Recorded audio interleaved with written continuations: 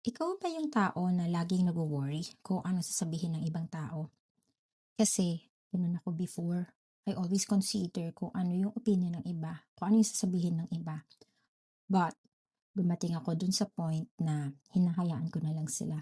I let them gossip about me. Alam mo yung feeling na kahit anong gawin mo, may masasabi at masasabi pa rin yung ibang tao. Yung tipong kapag tahimik ka, sasabihin nila na snub ka. Kapag naman maingay ka, sabihin nila na nagpapapansin ka. Kapag naman nag-grow ka, sasabihin nila na ang yabang mo naman. At kapag tumigil ka at napagod ka, ang sasabihin naman nila sa'yo, ang tamad mo.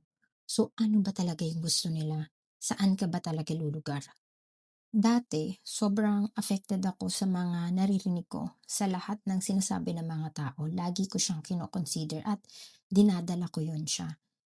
Feeling ko minsan tatanungin ko yung sarili ko, may mali ba sa'kin? Or kailangan ko bang magpaliwanag sa kanila? Habang tumatagal, napagod na ako. Hindi dahil wala na akong pakialam, but na-realize ko na kahit anong paliwanag ang gawin mo sa mga tao, kung sarado na yung isip nila, wala ring mangyayari. Magpapagod ka lang. Naniniwala ako na minsan yung marites ng ibang tao tungkol sa'yo, insecurities nila yan sa sarili nila. Nakikita nila is yung highlights lang or surface or makikita lang nila yung version kung saan convenient sa kanila. Pinag-uusapan ka nila dahil hindi ka nila naiintindihan. They judge because they can control you.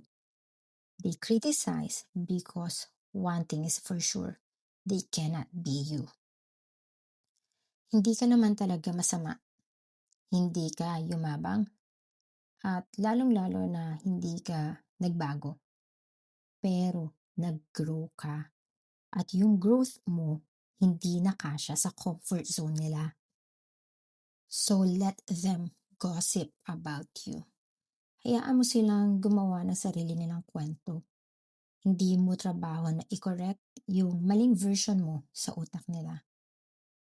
Habang sila ay busy sa paggagawa ng kwento at pag-uusap tungkol sa'yo, magpahinga ka, mag-heal ka, mag-move forward ka. Hindi lahat ng ingay sa paligid mo kailangan mong patulan. Minsan, ang tunay na peace, makakamtan mo kapag pinili mo lang manahimik. Let them talk, let them assume, and let them misunderstand you.